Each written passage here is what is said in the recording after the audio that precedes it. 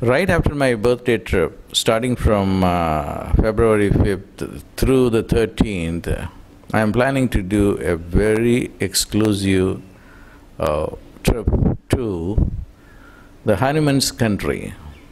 And this all happened quite miraculously. I was going to a place, the driver got lost, and then we ended up in a place. From there I was led to this secluded place called the Hanuman's country, Kishkinda in Sanskrit. In another epoch or yuga, Hanuman lived during the time of Rama, and he is the monkey god. And this place even today remains completely secluded. And from then on, I went to that place and stayed there for a few days, and immediately decided that I should take some of you to this pristine place where there is river, mountain, nature, untouched by the human pollution. And the United Nations is protecting that place so that no modern things can get there to pollute that place. But I found it particularly interesting because it's a place where all these saints have gone in order to gain power. There is a place, for instance, called Nava Brindavan, or 9 tombs, or the tombs are called here Eden, or the Garden of Eden. These are the tombs of people who completely evolved themselves to a point, so they voluntarily entered into heaven by consciously walking into these tombs. Not all of them are equally evolved, but out of the 9, at least there was one guy who really attracted me to this place, from whom I have got an understanding about human evolution. So I'm going to talk about human evolution itself and the role played by Hanuman in the process of human evolution. Humans can evolve to the level of Hanuman. Hanuman, the monkey god, according to this Vishnu tradition or Vaishnavite tradition, is a god. Himself is not a god. Hanuman is not a god. He is a human who evolved to a level wherein he represents qualities of omniscience, omnipotence and omnipresence. He can fly in the air, do things that are not possible for human beings. So according to this Vaishnavite tradition, which was started by Hanuman himself in his incarnation as Madhva in a human form, somewhere around the 12th century. So humans can evolve to a level of perfection like Hanuman, who represents omnipotence, omnipresence and omniscience.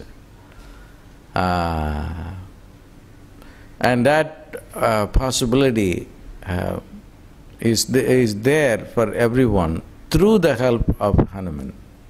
Understanding of the Hanuman's archetype, his teachings, are very crucial for us who are preparing ourselves for the golden age. And what does Hanuman represent, this monkey god? He represents total service to humanity. How human beings can evolve to a life free from suffering, free from ignorance, and that's what Hanuman represents. So The archetype of Hanuman is really the hope for humanity. The hope for humanity is that we can, at some point in time, should be completely free of pain, free of ignorance, free of suffering. And I am very, very determined to bring that life to the earth plane. Visit to this Hanuman's country is very crucial for us to participate in this energy of the archetype. Let me explain to you a little bit about this Hanuman phenomenon. There was this Madhva saint who lived in the 14th, 15th century. He's a historical character, and I don't remember the exact date. This saint was meditating in the Hanuman country, where I plan to take people to. And every day he would go and meditate in a cave. He will draw the picture of Hanuman with a charcoal and meditate on it. And right after drawing it, he will see Hanuman coming out of the charcoal drawing and flying in the sky. And that it was a monkey that came out of this lion drawing. And this phenomenon got repeated. Every day he will come and draw a picture of Hanuman on the wall of the cave, and every time he did, and every time Hanuman came out of it, and in the following morning when he came, the drawing was not there, so every time he has to do a new drawing. And it took place like this for 12 days. On the 13th day there was a dream, and in the dream Hanuman came and told him, you know, you can really fix my energy right at this place if you just draw a 6-pronged star over the drawing. And which he did. And after he drew the 6-pronged star, the energy got locked in, and miraculously the drawing was transformed into a fantastic sculpture. And it is simply not a sculpture, it is the will of Hanuman himself to stay there in order to give the power for humanity. So it was not I read all these in a book, but I was not planning to go there because it was in a remote area. I didn't have an idea of even going there. But then I got lost, and then and I ended up in this place, and I was forced to go there. And when I went there, I knew that there was some force that drew me to this place. And I immediately decided, while meditating at that place on a rock, that I should take some of you to this place, because it's going to be an experience of a lifetime, that you have prepared yourself for this experience. So the ideal would be, there is a very pristine river. You can take, there's nobody literally there. You can go and take a swim in that river, or bath in that river, and come back and sit on the rock and meditate. And then participate in the energy of Hanuman, because Hanuman really represents the future of humanity, to acquire unlimited intelligence, not only unlimited intelligence, but unlimited power, energy to do everything.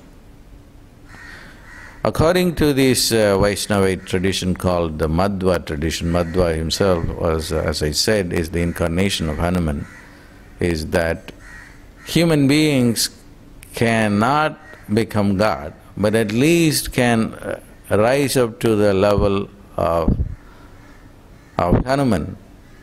The ability to fly, you don't have to take an air ticket, but you can fly in the air. That's what Hanuman did.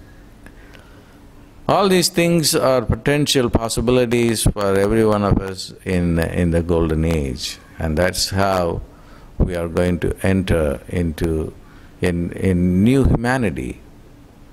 So the trip is going to combine this visit to this place, Kishkanda in Sanskrit, which is the Hanuman kingdom, for 3 days of stay there. And it is also the place where Hanuman met Rama. Rama was the epic hero who incarnated as the avatar of Vishnu in order to kill the demon Ravana. And Rama met Hanuman at this Hanuman country. There are a number of story elements that I wanted to discuss while I am there, and the meaning of all these stories, and the archetypal significance of all the characters involved in the story. Also, combining the trip, there is a visit to the most exquisite resort that I have ever been to in India. It is an intercontinental resort in Goa. It's about a mile of private beach. The sand is fantastic, and then there is nobody there walking, there is no tourist crowding, but it is completely pristine, and the ground is so sacred. The gardening, the lawn, the trees, they all look very divine. Even if you don't meditate and just be there, there will be a healing experience in this spot. This is the sunset on Christmas Eve at the Intercontinental Resort in Goa. This is an absolute serene atmosphere here. You can fall into a meditative state very easily, being in this very, very spiritual environment. This place is absolutely gorgeous. I invite you to come and enjoy and experience this serenity of the Goan retreat at the Intercontinental Resort. So there will be 3 days of stay in the resort, or 2 days, or however we planned that. So the trip that starts from 6th to the 13th will combine these two elements. I'm going to be teaching both in the Hanuman country and also in the resort on a very important topic that I'm going to make available only for 10 or 15 people all through the year 2011, and that is money, power and God. How to gain them in a very short period of time. So let's make it a challenge for 2011, that we want to acquire money, power, and God. They are not mutually exclusive. But unfortunately, God has been dichotomized. God and money have been dichotomized. So if you have money, you cannot have God, or if you have God, you cannot have money. That's a very bad model. My model is to put them together. They are two sides of the same coin. And the split in human consciousness, the dichotomized matter and spirit, God and money, will have to come to an end. And that I want to work towards that goal in all of 2011, so that when we go into 2012, we will have a new attitude towards money and God.